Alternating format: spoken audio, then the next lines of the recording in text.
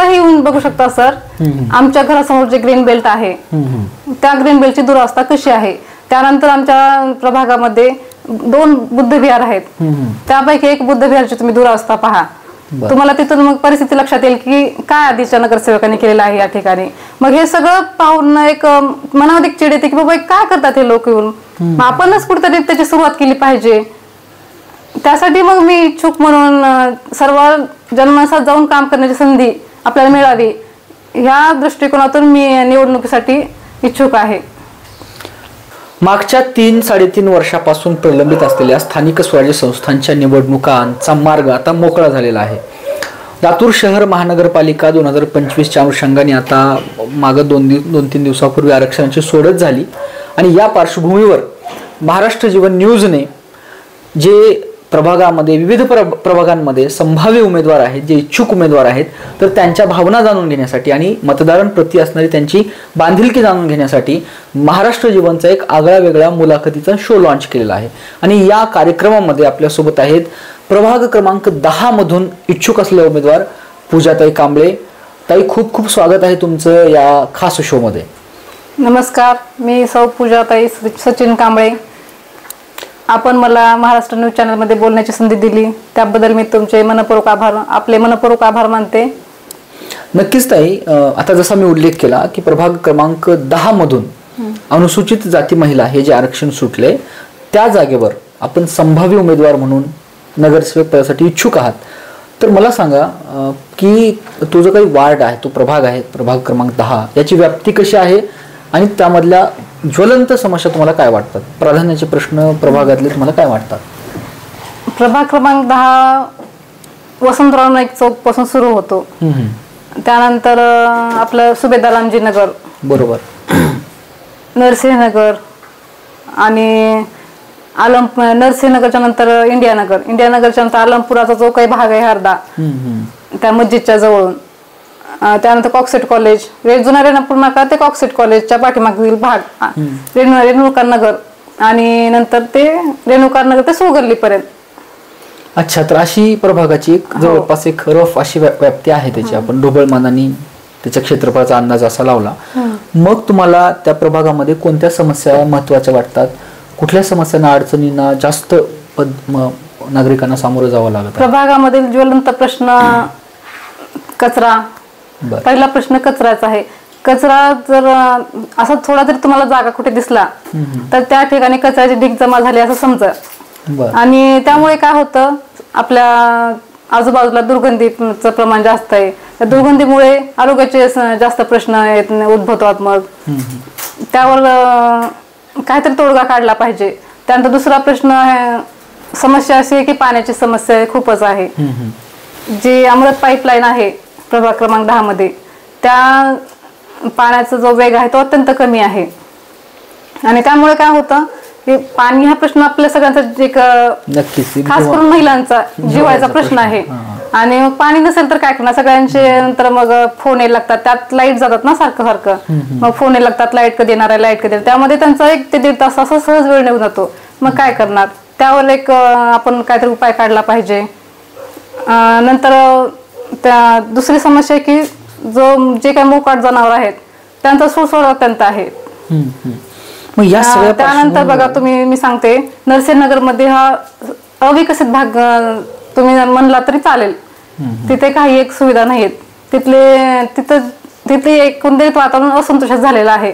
कारण प्रभाग क्रमांक 10 हा महापौरच ना, महापौरांचा प्रभाग आहे. माझी महापौर त्या प्रभागाने दिलेले आहेत.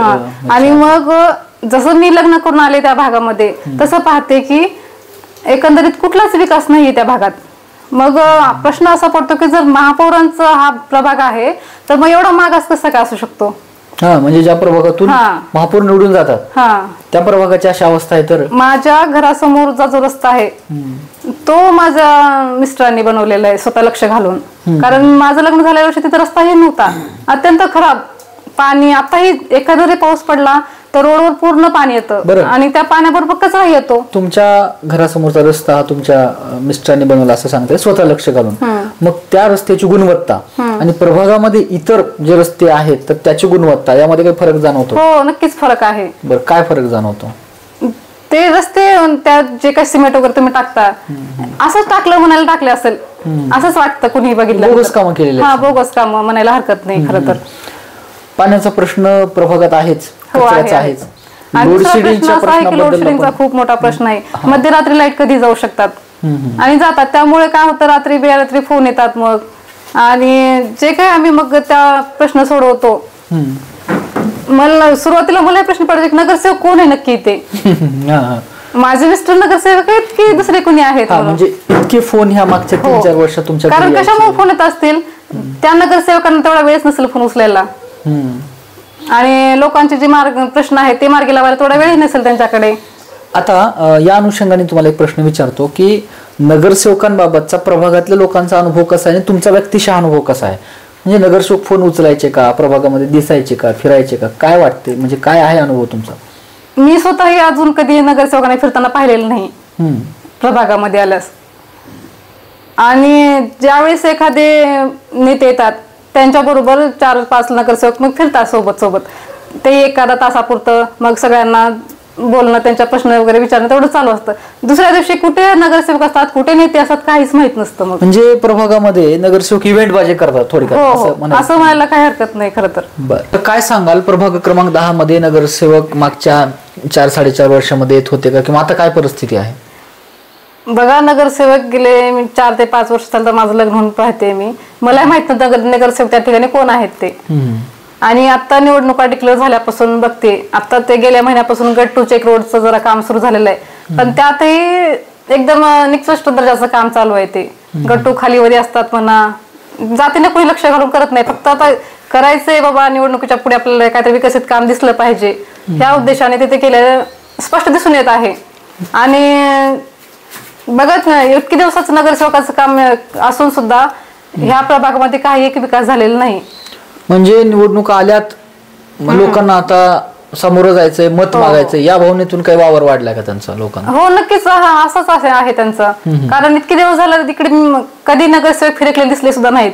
आणि आता निवडणुकीच्या समोर पाहते, आता एखादी चक्कर मारणं वगैरे चालू आहे.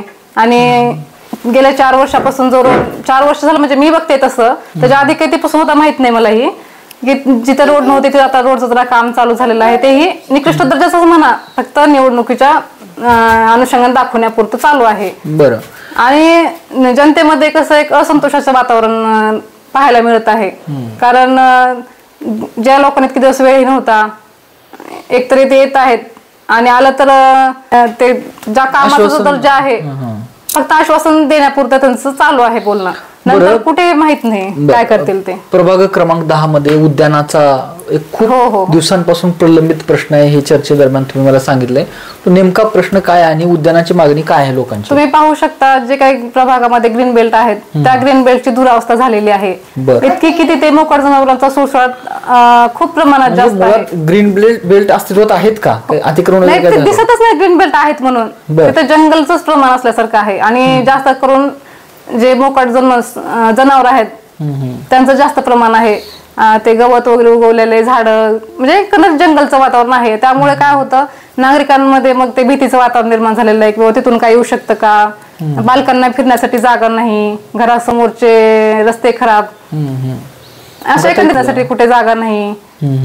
आणि त्यामुळे काय प्रभागामध्ये जे काही ग्रीन बेल्ट आहेत नावाला, त्याचाच ना आपण विकास केलाच पाहिजे, हा एक सध्या विचार आहे डोक्यामध्ये. बरं, दुसरा त्याला एक लागून प्रश्न येतोय की प्रभागामध्ये 2 बुद्ध विहार आहेत.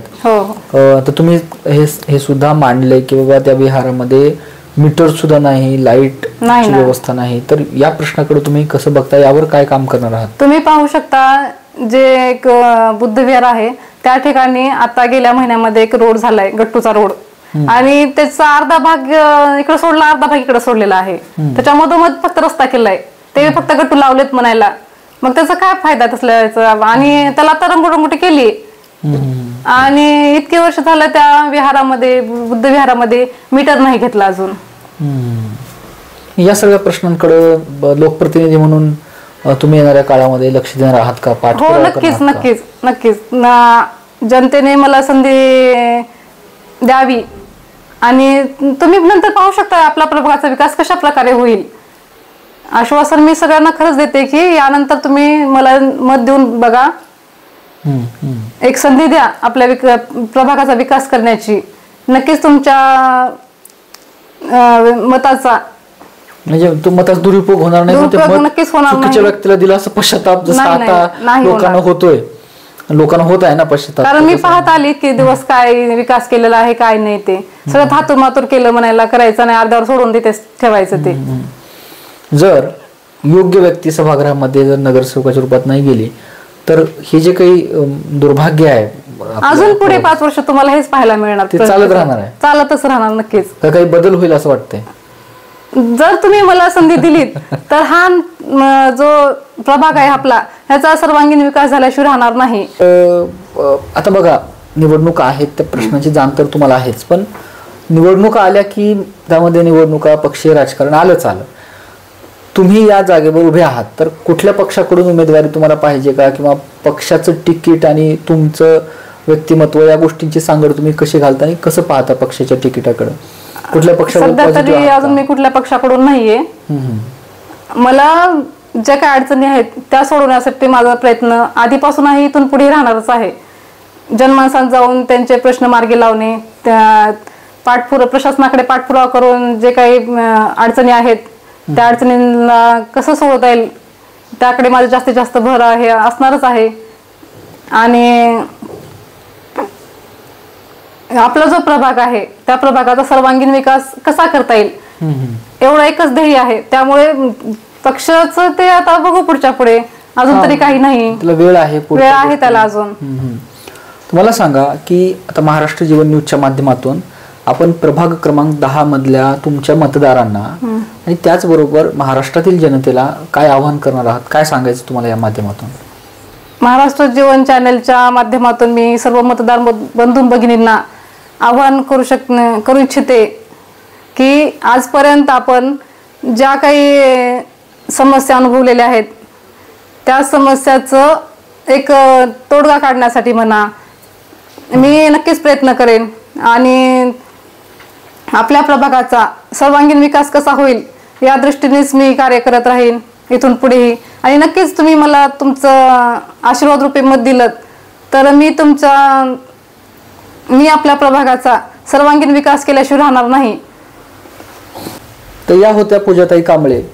गांधीजी एके ठिकाणी म्हणतात, be the change what you want to see in the world. म्हणजे तो बदल तुम्ही स्वतः बनला पाहिजे जो बदल तुम्हाला आजूबाजूला अपेक्षित आहे.